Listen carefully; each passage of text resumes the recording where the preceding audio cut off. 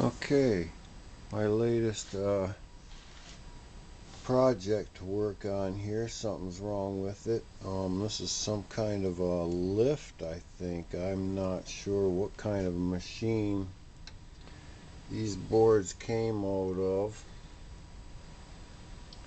But yeah, something's wrong with these somewhere. It's not working correctly.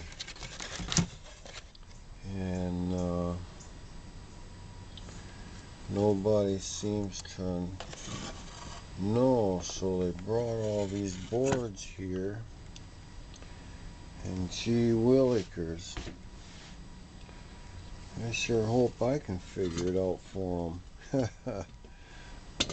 It's pretty hard to figure out what a factory had in their brain when they developed this this electronical stuff. But anyway, I noticed on this here board, let's get her over in the sun,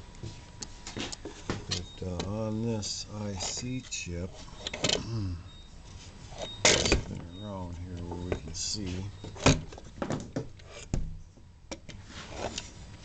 that, I don't know how well that you can see the chip, but there's pretty good little corrosion on them pins, especially on this side here. This side here still, it could be cleaned up.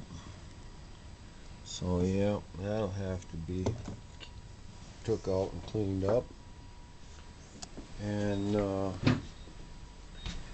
maybe on this board, since this is an older machine, we might have to replace these sets of relays.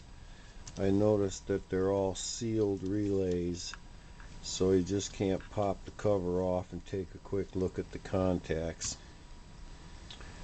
And we'll go with the easy stuff first and see what happens. These relays are like, oh, depends on where you buy them, $3 a piece anyways. I'm going to say, for example, by the time you get them all shipped to your home, or shipped to wherever you're going to ship it to. But on this here, I'm looking at the pins on this here. This board doesn't really look all too bad. It is old technology. These are 7400 series chips. Old EEPROM. It's a UV EEPROM. Yeah, who knows what the memory is. I used to be able to program those, but my programmer went on an old computer. I think it might have been an old computer, might have been an old 89 or something, I don't know. But anyways, this is old stuff. It's a good thing. Set of relays really cheap. A board very expensive. Ouch. Anyway, that's what I got to show for today until I get working on it. So we'll see what happens. Bye.